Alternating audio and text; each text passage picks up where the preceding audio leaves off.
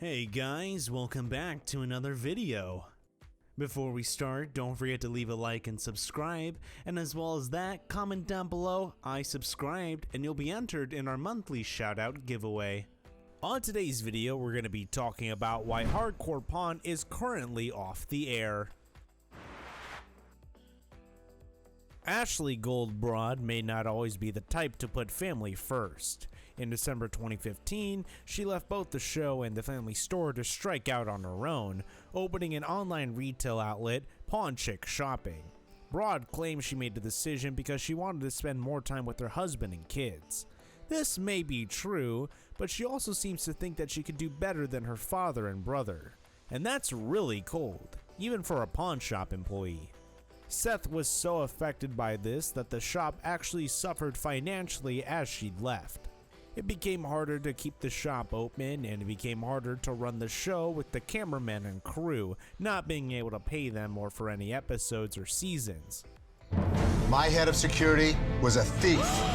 My daughter questions my every move. Dad, what are you? While the Detroit Hardcore Pawn Shop runs like a well-oiled machine, the Chicago location, Royal Pawn Shop, needs a few bugs worked out.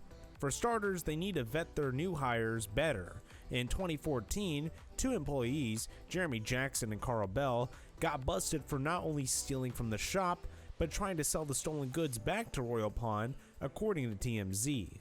Apparently, these two thought the owners wouldn't notice Rolex watches and jewelry gone missing because things like a $1,000 watch are routinely misplaced.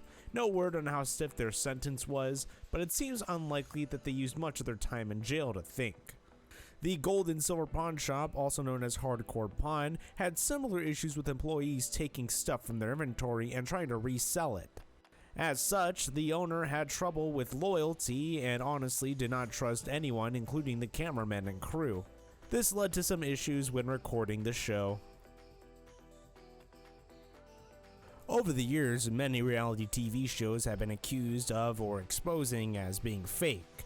What about Hardcore Pawn?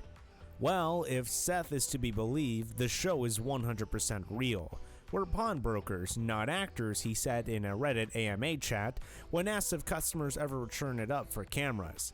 He continued, "The truth is, these are real customers.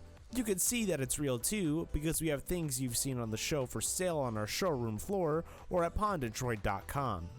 The authentic reaction and customers is good, but in turn, since it's authentic, that also means that it's authentic that there's not much business in the store."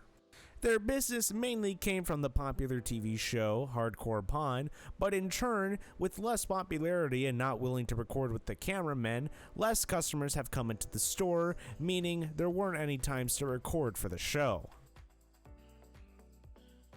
American Jewelry and Loan may not be the safest place to visit, even by pawn shop standards. Detroit resident David Kapunski, who made a memorable appearance on the show in 2013, was killed 2 years later in a confrontation with the police.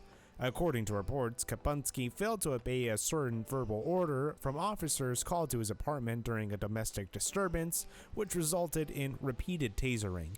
Kapunski's girlfriend claimed it was a misunderstanding and told reporters that the thick-headed bravado he displayed on the show was just a part of a setup for the series.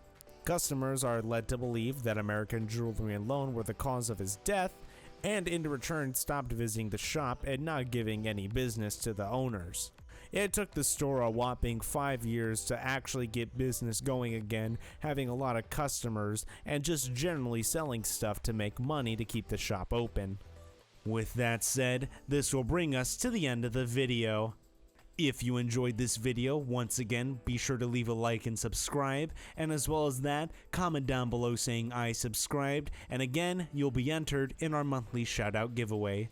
Thank you for watching, and I will see you guys on the next video.